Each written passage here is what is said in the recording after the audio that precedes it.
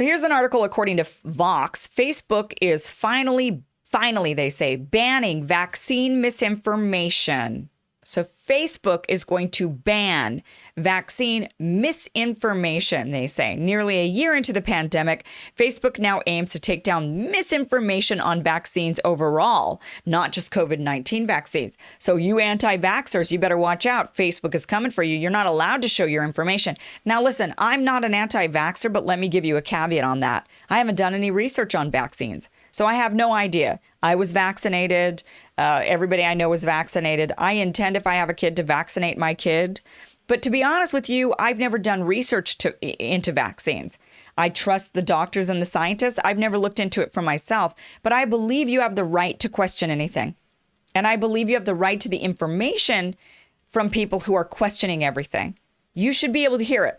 If I want to listen to, if somebody in my friends group on Facebook is a flat earther, I think I deserve to hear why they think their earth is flat. I think that is perfectly acceptable conversation for me to have with this person, is to find out why they believe the earth is flat. Why not? Why can I not hear that information? If they want to post flat earther information every day for hours on end, I can defriend them, or I can listen to them. And if I listen to them, I could then say, I don't agree. Or you never know. I might listen to them and say, good points. Good points. I agree. The earth is flat, right? I should have that right. When they censor information, it's not just silencing the person speaking. It's silencing the person listening. It's withholding information to you. It's saying, I don't trust you enough to hear information and to make up your own mind. I think you're an infant, and I think you're stupid. And therefore, if you hear information and you know what? If it's information I don't like, you might end up believing it, and I can't have that because you're so dumb, you might believe it. You're such an idiot, you might believe it. I can't have that. I need to protect you. So the way I'm going to protect you is I'm not going to allow you to even hear the information. If you don't know what's out there, you won't know what you're missing. That's the attitude here. So Facebook is saying they're going to ban all misinformation according to vaccines, which, by the way, this is so dangerous because no science is set in stone. No science is set in stone. Science is forever changing. Things they think are set in stone scientifically end up not being decades or even centuries later. Remember when they thought that the earth was the center of the universe and that everything rotated around the earth? Scientists believed that. That was common. That was considered common knowledge. The earth was the center of the universe and everything rotated around the earth until some other scientist came along who, by the way, I think was like potentially almost even burned at the stake, right? Who was it that said, actually, I think the sun is the center of the earth and everything rotates around the sun? And they said, off with your head. They wanted to actually crucify the very person who said, I don't think that the earth is the center of the universe. And they said, oh, how dare you? How dare you say that? So science is even disputable among scientists. So how could they possibly say they know what misinformation is when it comes to science and what isn't? They've changed their minds forever. You know what they said back in the early 1900s? Do you know what they said?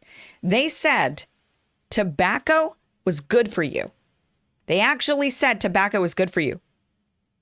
I believe the U.S. Surgeon General came out and said, it's good for you. Keep smoking them cigarettes. We now know that is absolutely false. Cigarettes are not good for you. They give you cancer. But back then, common knowledge, they're good for you. Keep doing it. Same thing with wine, right? They say that to us about wine. They say, oh, wine's good for you. Drink up. You know what? 50 years from now, they're going to say, oh, crap. That causes cancer and all kinds of other things. We don't know. I don't know. But the point is that something that's good today is bad tomorrow. Something that's bad today is good tomorrow. We don't know. When they say something is something like the universe revolves around the earth, suddenly 100 years later, they say, well, it's actually not true. The earth revolves around the sun. We don't know. So when Facebook says that they're going to be banning vaccine misinformation, that just means they're potentially banning truth. There's a possibility that they're actually silencing the truth so that you believe instead not misinformation, but you're believing just the information they want you to believe. It's not about truth or fiction. It's not about fact. It's about what they want you to believe. Because the reality of it is We don't know when it comes to science, and we never have. Science is forever changing. That's the wonderful beauty of science. What's great about science is the cancer treatments they believed were helpful yesterday are antiquated today, and new ones are now here. Or things that they thought were good turned out to be really bad. That's science. And they used to do a lot of crazy things when it comes to science. So Facebook now says, here it is, this is the article again on Vox. It says almost a year into the COVID-19 pandemic, Facebook is taking its strictest stance yet against vaccine misinformation by banning it entirely. The ban won't just apply to COVID-19 vaccine misinformation. That means, for instance, posts claiming that vaccines cause autism or that measles can't kill people. By the way, I had the measles. Are no longer allowed on Facebook, so you're not allowed to say these things. At the same time, the platform will also encourage Americans to get inoculated. Oh, so they're going to be pushing their own vaccine information to you. They're going to say, we think you should get inoculated, and will direct people to information about when it's their turn for a COVID-19 vaccine and how to find an available dose. If that doesn't sound like dystopian brainwashing, I don't know what does. If they're going to sit there and say, we're going to ban anything that talks smack about these vaccines, and in fact, all we're going to do is we're going to encourage you to get inoculated and let you know when your number's up, that sounds a lot like a dystopian future that I don't want to live in. And unfortunately, that future is not our future. It's now. So this is really scary, especially considering we don't know anything about the vaccines that are being pushed right now. They are still experimental, and they're not being honest about that. They're not being honest about the fact that these are experimental drugs. I am not against experimental drugs. I think there's a time and a place for experimental drugs, for sure.